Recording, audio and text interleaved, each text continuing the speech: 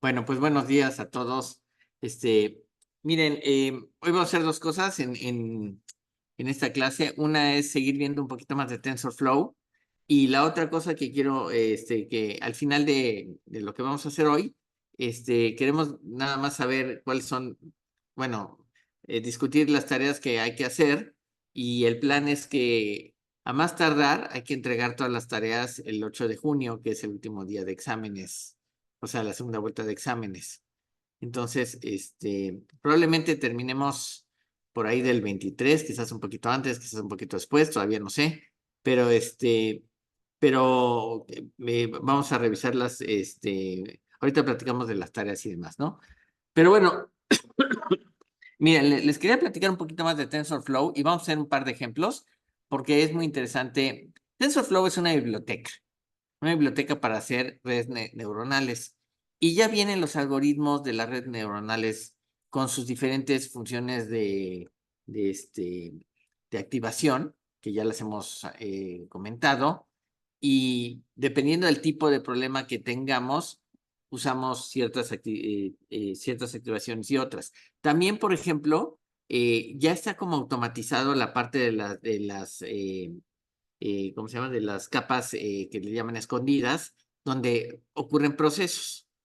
Entonces, uno le puede decir a TensorFlow que quiero un par de capas escondidas y el sistema hace la tarea medio automáticamente, dependiendo, desde luego, de lo que queremos hacer. Acuérdense que finalmente en las redes neuronales lo que tenemos es pesos ponderados, ¿no? O sea, una variable por un peso, más otra variable por otro peso, más otra variable por otro peso, etcétera. Sumamos todos esos y esos valores los pasamos por una función de activación para saber si la neurona responde o no responde, ¿no? O la red neuronal responde o no responde. Bueno, TensorFlow hace todo eso y básicamente se inició, se inició por el 2015, pero la versión que se tiene, que creo que la 2, ¿no? Por ahí. No sé cuál es exactamente, pero hoy en día TensorFlow trabaja en máquinas que tienen varios procesadores o que tienen alguna tarjeta como NVIDIA que tiene miles de GPUs, de procesadores gráficos, ¿no? Que alguien encontró que los procesadores gráficos se podían usar para otros procesos que no necesariamente tuviesen que ver con gráficas, ¿no? Y TensorFlow también está para Python, C++, Java, y creo que prácticamente ya hay para casi todos los lenguajes. Hay pues una forma de cargar TensorFlow, ¿no? Desde luego que Python es muy fácil de hacerlo. Ahorita van a ver, ya lo hemos visto, pero vamos a ver un par de ejemplos muy sencillitos y vamos a ver eso, ¿no? Bueno. TensorFlow lo usa Google continuamente y, y es probablemente bueno, es la biblioteca de algoritmos de aprendizaje profundo que le gana a cualquier otros algoritmos que se hayan hecho cuando se habla de muchos datos, de una cantidad masiva de datos. Por ejemplo, se supone que Google trabaja con redes neuronales en Gmail, en sus aplicaciones de fotos o en sus búsquedas de que hacemos en Google, ¿no? Y eso es el TensorFlow permite a investigadores y a un montón de gente, ¿no? Desarrollar modelos de inteligencia artificial, ¿no? La virtud de TensorFlow frente a muchísimas otras herramientas es que es escalable, ¿sí? Y eso permite que mucha gente lo pueda usar. ¿Qué quiere decir que sea escalable? Que, por ejemplo, si yo hoy tengo, no sé, 10 megas de datos, pero mañana tengo 100, ¿sí? Yo puedo escalar mi sistema muy fácilmente para que TensorFlow siga trabajando como estaba trabajando. Se hizo público en el 2015 TensorFlow y la primera versión estable apareció en el 2017 y es de código abierto bajo la licencia de Apache Open Source, ¿no? Se puede usar, redistribuir y una versión modificada se puede incluso, se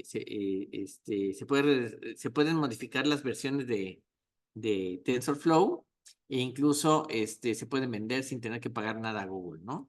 Pero desde luego los quiero ver modificando TensorFlow, ¿no? No es así como que una tarea trivial, ¿no? Bueno, la arquitectura de TensorFlow funciona de la siguiente manera. lo primero que hay que hacer es preprocesar los datos, construir un modelo y entrenar y estimar el modelo, entrenar y probar el modelo, ¿no? Eso es, TensorFlow trabaja bajo la idea de los tensores, y los tensores son en realidad arreglos multidimensionales, que se llaman tensores, y hacen otras cositas que matemáticamente incluso hay cálculo tensorial, ¿no? Pero lo que uno construye en términos de cómputo es un flujo de operaciones que en TensorFlow se llama una gráfica. Y lo que queremos hacer es ver el desempeño dados los datos de entrada. Los datos de entrada vienen en el inicio del sistema, fluyen a través del sistema por muchas operaciones y salen en una salida que es la última capa de la que hablamos, ¿no? La salida es la capa que tienen los resultados, ¿no? Decimos que se llama TensorFlow porque el tensor fluye a través de una lista de operaciones y aparece del otro lado. Y eso, bueno, es una definición y realmente podemos pensar de también cualquier programa, pues tiene un montón de entradas, pasa una serie de algoritmos o situaciones que después dan una salida, ¿no? Bueno, TensorFlow tiene ciertos requerimientos de hardware y software y hoy en día prácticamente la mayoría de las computadoras lo pueden tener. Se tiene una fase de desarrollo, que es cuando se entrena el modelo, y eso se hace normalmente en una desktop, en una laptop, en una máquina de escritorio. O sea, ahí escribimos nuestro modelo y lo entrenamos, ¿no? Y después tenemos una fase de inferencias o fase de ejecución del modelo, una vez que ya se hizo el entrenamiento de TensorFlow, y puede correr en diferentes plataformas. Se puede correr en Windows, en Mac, en Linux, en la nube como un servicio web, incluso en sistemas móviles como iOS y Android, ¿no? Que son los más populares. Se puede entrenar en varias máquinas y se puede correr en diferentes máquinas una vez que se tiene el modelo entrenado. Por eso, TensorFlow ha sido probablemente la herramienta más usada y la que más gente usa precisamente por estas facilidades, ¿no? Y además, como habíamos dicho, el modelo puede ser entrenado y usado por GPUs y CPUs. O sea, podemos usar procesadores gráficos o CPUs, ¿no? Procesadores normales, ¿no?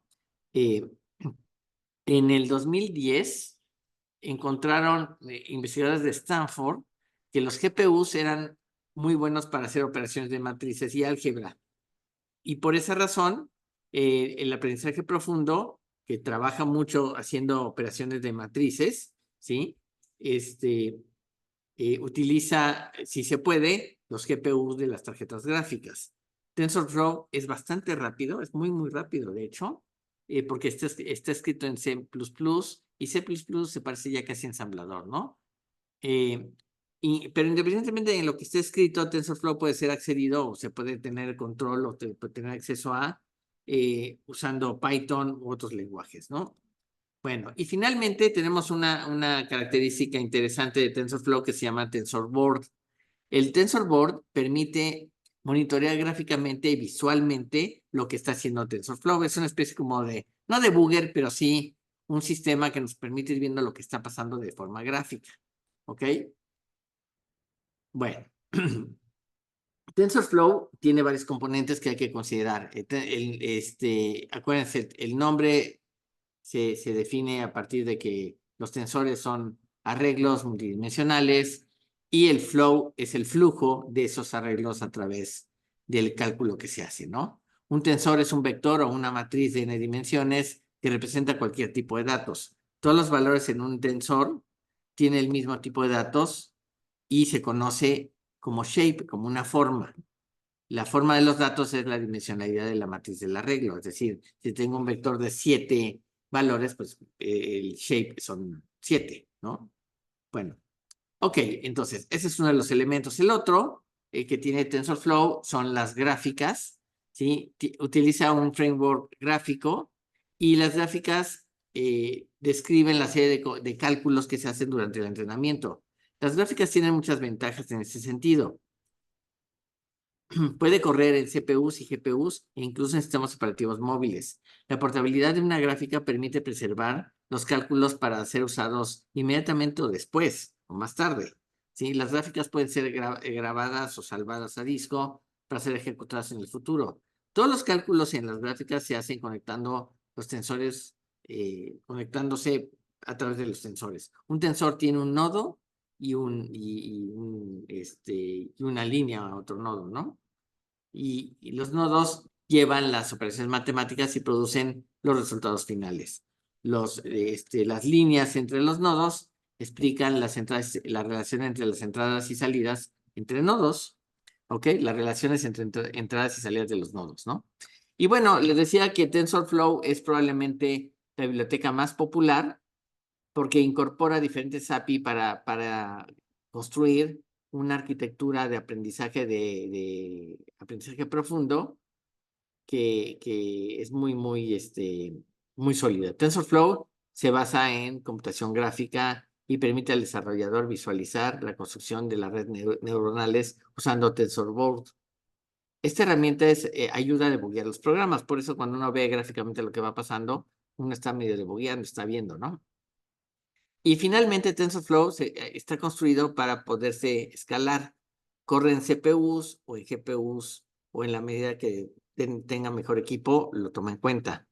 Y es probablemente el que tiene más popularidad que otras herramientas, que ahorita podemos comentarlas, ¿no? Bueno, existen en TensorFlow 1.10, que yo creo que ya es antiguo, sí, porque este libro que estoy leyendo es medio antiguo, pero bueno, de antiguo es un decir, ¿no? Pero TensorFlow tiene interconstruidas en su API regresiones lineales, clasificadores, clasificación de aprendizaje profundo, regresión lineal, regresión por árboles, en fin. Miren, piénsenlo así, como TensorFlow, punto, una serie de métodos, porque TensorFlow, al final del día, es como un objeto, ¿ok? Entonces, eso es lo que básicamente se tienen. Vamos a ver, por ejemplo, cómo se escribe un programita en TensorFlow, ¿sí? Que ya vimos la vez pasada con el del Fahrenheit, pero vamos a ver otro que es bastante sencillo, es muy parecido, pero eso está bien, miren, porque cuando ustedes empiezan a ver este tipo de programas y ejemplos, empiezan a tener como que cierto contacto con el tema, y entonces después ya no lo ven tan complicado ni lo ven tan difícil, y dicen, pues sí, claro, pues tiene que ser así, ¿no? Y entonces empiezan a verlo muy fácil, ¿no? Entonces, fíjense, un primer ejemplo que podemos ver dicen que les voy a poner aquí mi bloc de notas, ¿sí? Y primero lo que vamos a hacer es, que les comparto mi pantalla aquí. Aquí si ven en la pantalla tengo, lo primero que voy a hacer en estas dos primeras líneas de código, ¿no? Que tenemos, tenemos que importar TensorFlow y le vamos a poner un nombre de TF. Es normal en Python, y usted lo debe saber bien, usar nombres cortos para las bibliotecas, ¿no? Y la otra biblioteca que estamos haciendo, es la de NumPy, es la que tenemos que importar también, que es la que nos permite hacer un montón de operaciones también matemáticas, ¿no? Tiene un montón de funciones establecidas ya para poderlas usar. Y entonces le ponemos nombre NP, como de NumPy o NumPy, y TensorFlow lo ponemos como TF, ¿ok? En la práctica, es común hacer este tipo de cosas, ¿no? Entonces, bueno, tenemos esas dos cosas. Imagínense que queremos multiplicar simplemente dos valores juntos, o sea, x1 y x2, y encontrar el resultado de esa multiplicación, como lo haríamos en un programa normal, ¿sí? Pero vamos a usar también TensorFlow para que vean cómo se hace desde esta plataforma. Desde luego que lo puedo hacer en Python en 3 líneas, pero se trata de entender. Y lo mejor para entender muchas veces son estos ejemplos que son muy ilustrativos. Miren, por ejemplo, dejen que les pongo lo que básicamente vamos a ver es esto, ¿sí? Vamos a utilizar dos valores, que son dos neuronas, las vamos a pasar por una capa y vamos a hacer la multiplicación, ¿de acuerdo? Eso es lo que queremos hacer. Entonces, bueno, pues el plan, una vez que tenemos eso, ¿sí? Vamos a definir los valores de entrada, que son los nodos de entrada. Para eso, déjenme otra vez ponerles perdón, ¿dónde está? Ok. Perdón. No me deja. A ver, compartir. Ok, muy bien. Ok, tenemos entonces import numpy as np y tenemos import TensorFlow como tf. Ok. Y ahora lo que tenemos que hacer es, tenemos que unir estos los dos valores de entrada y vamos a hacer lo siguiente. Vamos a definir x1 y x2, que son nuestros nodos de entrada.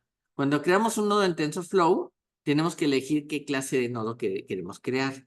X1 y X2 son, digamos, los lugares donde quedan los valores, ¿sí?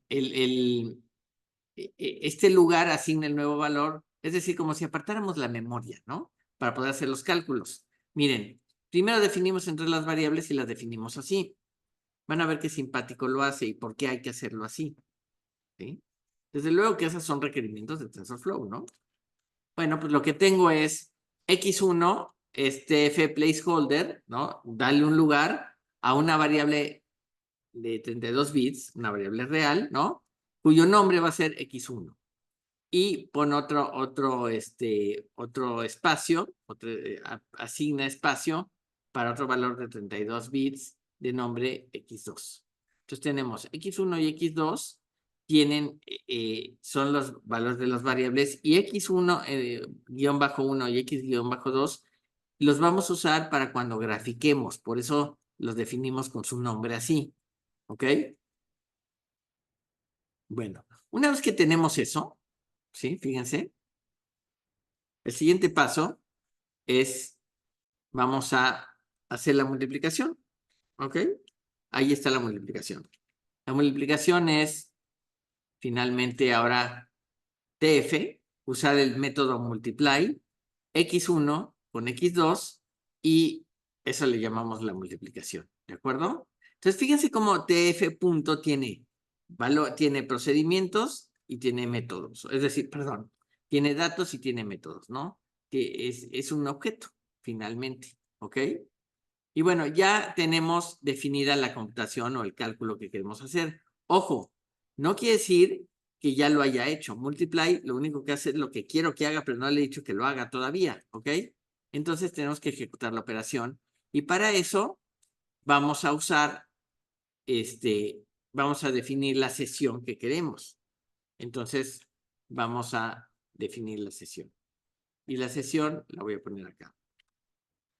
Ok, entonces fíjense, primero, voy a quitar esto un momento. Primero, con la sesión, ¿sí? Lo que vamos a hacer es lo siguiente. El resultado va a ser, corre la sesión de la multiplicación de esto que estoy haciendo acá, con los valores en x1, una lista que es 1, 2, 3, y en x2 es 4, 5, 6, e imprime el resultado. ¿Qué va a ser el resultado? Va a ser 1 por 4, 2 por 5 y 3 por 6. Me va a dar entonces 1 por 4, 4, 5 por 2, 10 y 6 por 3, 18. Entonces me va a dar 4, 10, 18. ¿De acuerdo? Y el resultado, cuando lo vean, les va a desplegar algo como esto.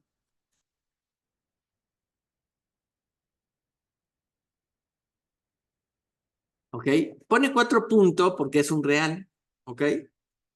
Entonces aquí tenemos los resultados de los 3 valores que hemos calculado. Entonces fíjense, la variable puede ser una lista y entonces el sistema trabaja con la lista completa. Acuérdense, TensorFlow es estupendo para trabajar con matrices porque a eso está dedicado básicamente.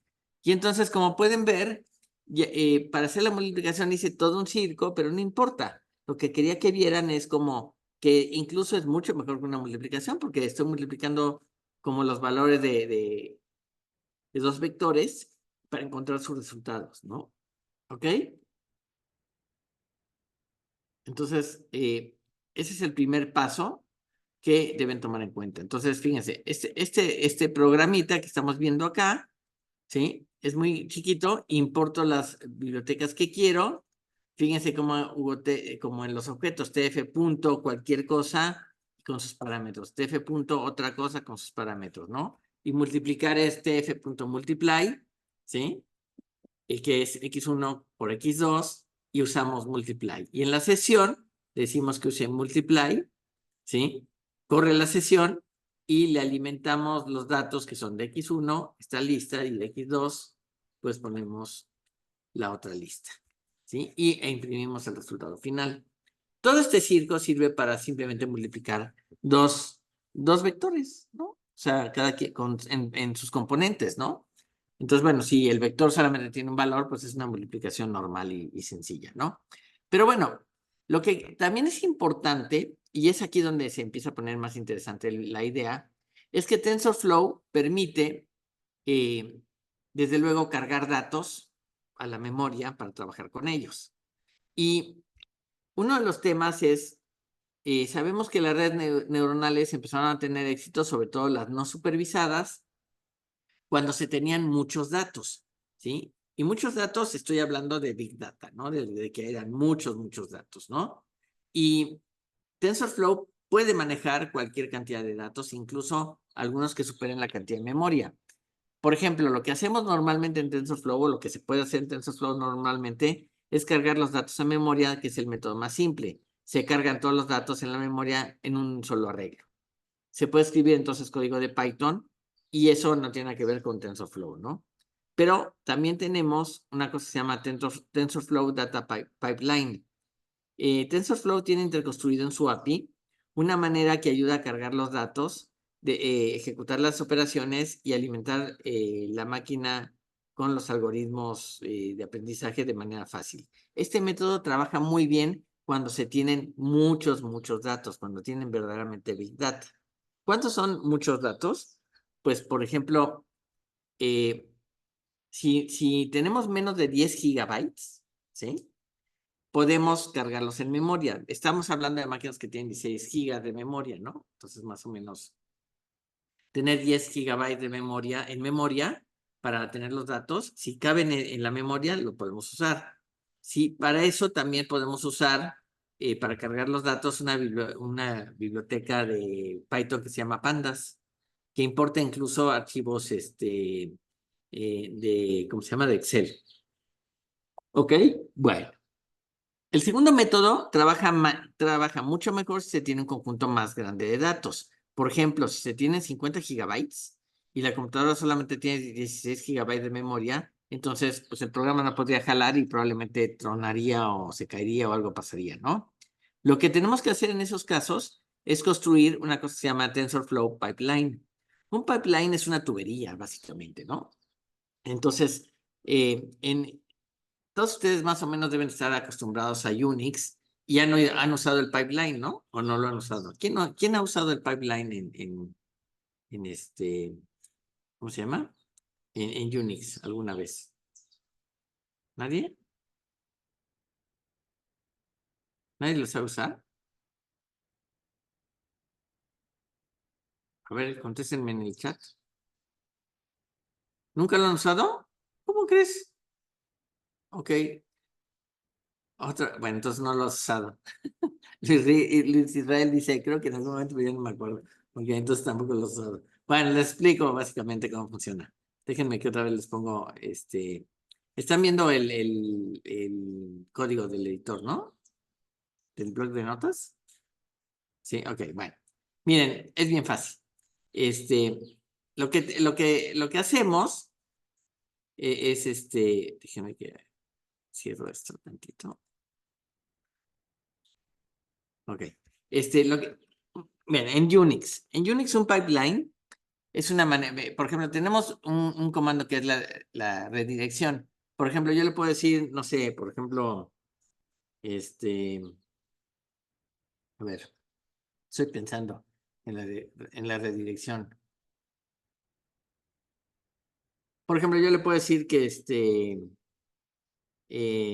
no sé, cat, ¿no? Que es el comando para ver perdón, sí, es cat, ¿no? O es dir, no me acuerdo.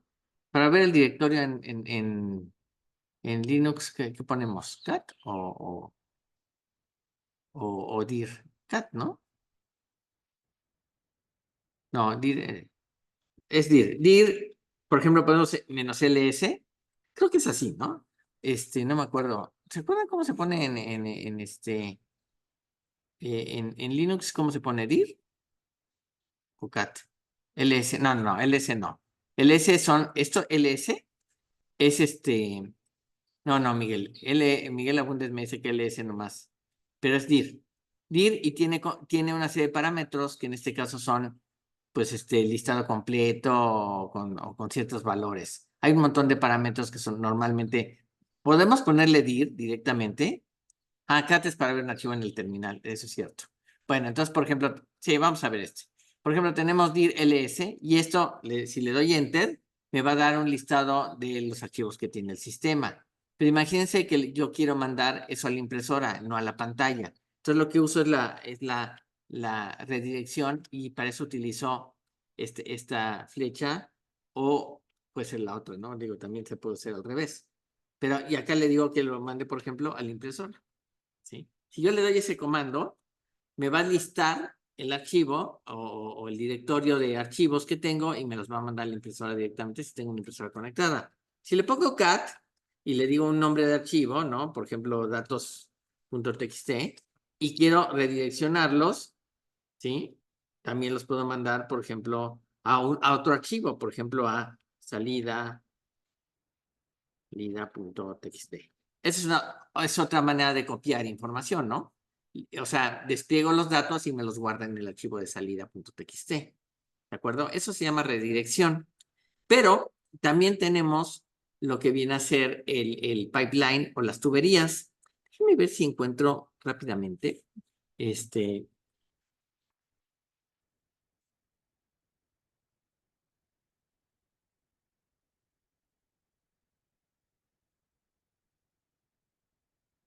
Ok.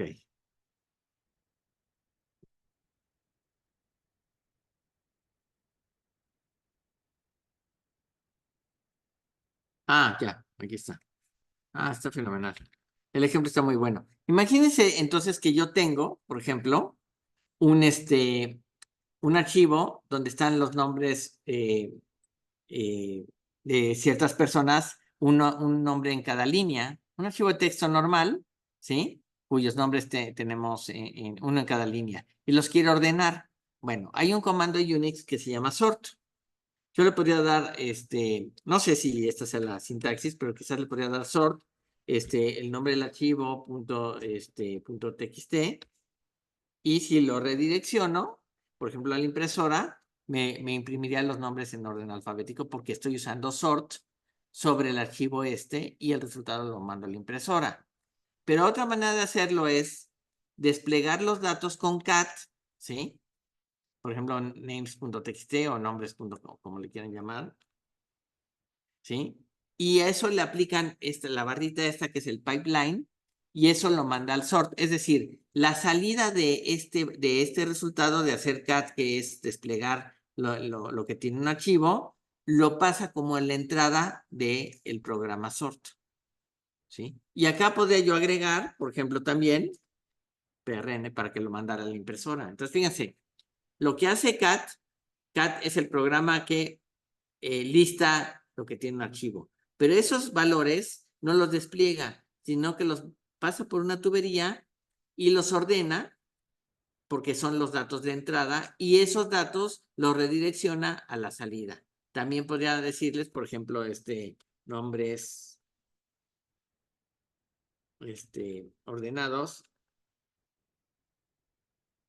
y eso me entregaría un resultado, un archivo con los nombres ordenados, ¿de acuerdo? Bueno, una vez que ya sabemos eso, ¿sí? Una de las cosas que tenemos que saber es que podemos cargar en TensorFlow una serie de datos a través de una tubería, a través de un pipeline. Cuando tenemos más de 10 gigabytes, ya empezamos a tener problemas porque no se empiezan a caber en la memoria. Y lo que hace TensorFlow es cargar los datos como en pedacitos, en pequeños bloques, que les llama small chunks, o sea, en pequeños pedazos, en una especie como de batch, como en un sistema batch, y cada batch se pasa a través de la tubería, a través del pipeline, para ser entrenado, ¿no? Construir un pipeline es una solución excelente porque permite usar cómputo en paralelo, permite a TensorFlow entrenar el modelo entre diferentes CPUs, entre diferentes computadoras y permite el entrenamiento de redes neuronales muy poderosas. Vamos a ver un ejemplo de cómo construir un pipeline para alimentar una red neuronal. ¿Ok? Pero para abreviar, si se tienen pocos datos, es decir, menos de 10 gigas, se pueden cargar los datos en memoria con la biblioteca Pandas. Si se tienen muchos datos muy grandes, más de 10 gigas, y queremos usar muchos CPUs o lo que sea, es mucho mejor trabajar con el TensorFlow Pipeline. ¿De acuerdo? Bueno, lo voy a dejar aquí porque quiero discutir lo de las tareas que tenemos con ustedes pendientes. Entonces necesito saber, por ahí, ¿estás ahí, Jessica? Sí, aquí estoy, ahorita las pongo aquí en el chat. Ok, si puedes ponerlas, Listo. si puedes poner en chat las tareas. Listo. A ver, déjame ver. Chat. Ok. Bueno, las tareas que tenemos son, el árbol, ¿esa cuál era? No me Esa fue acuerdo. la primerita que se quedó, ¿Mandé? de que iban a hacer su árbol, el de las familias, ¿no? Ah, el árbol de la familia. Ok, sí. Ajá, Que era en prólogo. ajá. Después había que hacer un sistemita experto y después, íbamos a hacer algo con teoría bayesiana, pero tuvimos problemas y lo dejamos por la paz, pero bueno, no pasa nada. Era un sistemita experto de cualquier tema, ¿no? Que funcionara como los que explicamos en la clase. Después el algoritmo genético, ¿no? Pero el algoritmo genético en realidad es la tarea 3, exactamente, como dice Kenia, la tarea 3 es la tarea 4 realmente. O sea, el algoritmo genético es el problema de la mochila. ¿De acuerdo? Ese es el algoritmo genético. Ok, porque la 3 quedó pendiente, ¿no? Sí, queda una pendiente, pero olvidemos esa y pasemos directamente A la o sea, 4 a que la sería 4. el algoritmo genético con el problema del SNAP, del de la Exactamente, mochila, ¿no? sí. Y después tenemos el perceptrón, ¿no? Ajá, O sea, definir el perceptrón y hacer una red neuronal con un perceptrón, ¿no? ajá. Creo que era eso. ¿Y dejamos alguna tarea más? Es lo que no sé. Bueno, ok, no. Entonces, la tarea del Bueno, perceptrón pues es que en realidad era una simulación del perceptrón a través de una red neuronal. Pero no, vamos a hacer una cosa. Sí, era nada más investigar lo que era el perceptrón y demás. No, olvidemos la tarea 5 que era más bien una tarea nada más para que investigaran. Y les voy a dejar una tarea, ya no la voy a explicar ahorita, porque no sé si me va a dar tiempo. No, no la voy a explicar ahora. Pero, lo que voy a hacer es el miércoles, antes de ver lo del pipeline de TensorFlow, les voy a platicar de la última tarea que también es un algoritmo genético, ¿no? Entonces, esas son las 5 tareas nada más que hay que hacer, ¿de acuerdo? van a ser 5, ya no, serían 4, ¿no? Sería la primera del árbol, la segunda del sistema experto, la Sí, el tarea problema, 3. sí, y 4 sería la tarea, esta última tarea. Ajá, esta es la última, ¿no? Serían 4 en total. Sí, ok, sí. Y a lo mejor, si hay tiempo, pues dejamos una tarea con TensorFlow. Pero si no, no pasa nada. Pero sí, me interesa que empiecen a trabajar con TensorFlow.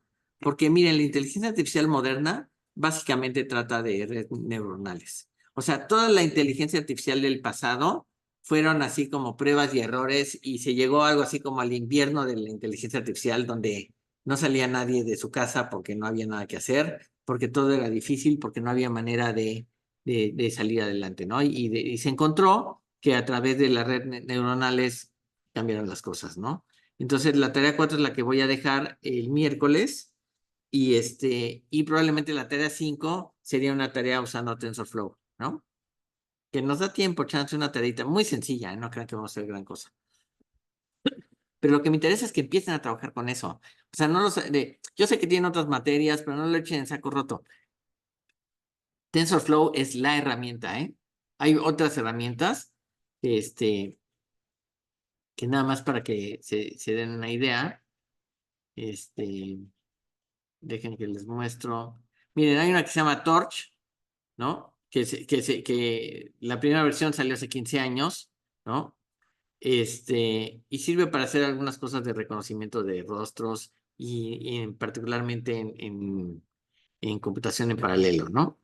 Y bueno, y la usa mucha gente, usa Facebook, Google, Twitter, Nvidia, etcétera, ¿no? Y en Python se llama PyTorch. Hay otra bastante viejita que se llama Infer.net, desarrollada por Microsoft. Y antes de que empiecen con sus prejuicios sobre Microsoft, ¿no? Esta herramienta es muy interesante porque trabaja con lógica bayesiana, ¿sí? Que es un modelo que se usa bastante. Así que tampoco le echen pestes porque la hace Microsoft. Es bastante buena, aunque tiene su tiempo, ¿eh? Ya tiene algunos defectos, ya algunas cosas ya no salen tan bien, pero sigue siendo una muy buena herramienta para programar cosas, ¿no? En inteligencia artificial. Keras, que es el aprendizaje profundo que tiene, que es parte de TensorFlow, ¿ok? Y y que permite también graficar y demás. Hay otra que se llama Teano, que es una biblioteca de aprendizaje profundo desarrollada por la Universidad de Montreal en el 2007. O sea, que han pasado que 14 años, ¿ok? Y sirve para desarrollar entrenamiento de redes neuronales, ¿ok? Tenemos otra que es mucho más moderna que se llama Microsoft Cognitive Toolkit y es una biblioteca de aprendizaje profundo. Y de acuerdo a Microsoft, la biblioteca es una de las más rápidas del mercado. Es de código abierto y Microsoft la ha usado en Skype, Cortana, Bing y Xbox. Y se puede encontrar para Python y C++, ¿no? Y finalmente tenemos algunas otras como son MXNet, que es otra biblioteca de aprendizaje profundo y y Café con doble F, es una biblioteca creada por un chino cuando era estudiante en Berkeley del doctorado y hace también computación neuronal, en CPUs y en GPUs, es del 2017.